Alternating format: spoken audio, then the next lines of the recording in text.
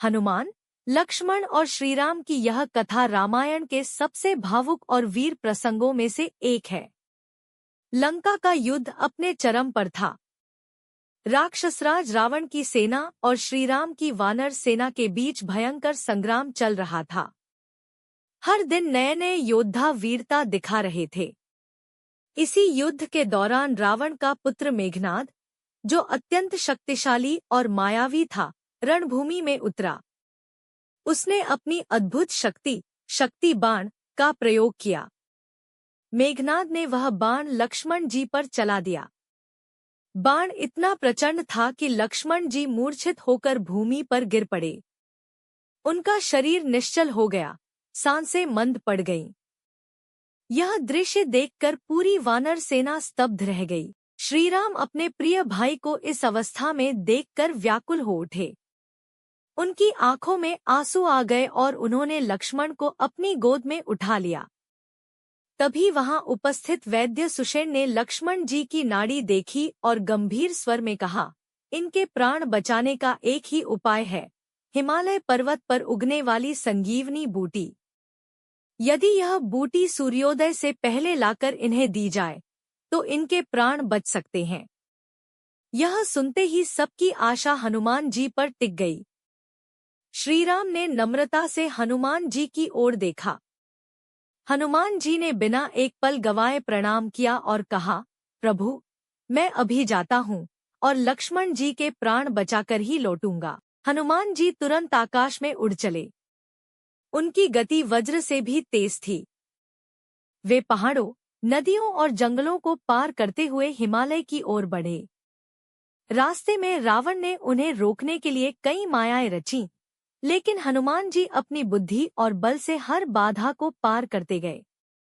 जब हनुमान जी हिमालय पहुंचे तो उन्होंने देखा कि वहां अनेक प्रकार की जड़ी बूटियां चमक रही हैं। परंतु समस्या यह थी कि वे सटीक रूप से संजीवनी बूटी को पहचान नहीं पा रहे थे। समय तेजी से बीत रहा था और सूर्योदय निकट था। तब हनुमान जी ने एक अद्भुत निर्णय लिया। उन्होंने सोचा, यदि मैं बूटी पहचान नहीं पा रहा तो पूरा पर्वत ही ले चलता हूँ। यह सोचकर उन्होंने अपनी विशाल शक्ति से पूरे पर्वत को ही उखाड़ लिया और उसे उठाकर आकाश में उड़ चले। उधर लंका में सभी की नजरें आकाश की ओर थी। श्रीराम लगातार लक्ष्मण जी को देख रहे थे और मन ही मन प्रार्थना कर रहे थे। तभी दूर से आकाश में एक चमकती हुई आकृति दिखाई दी।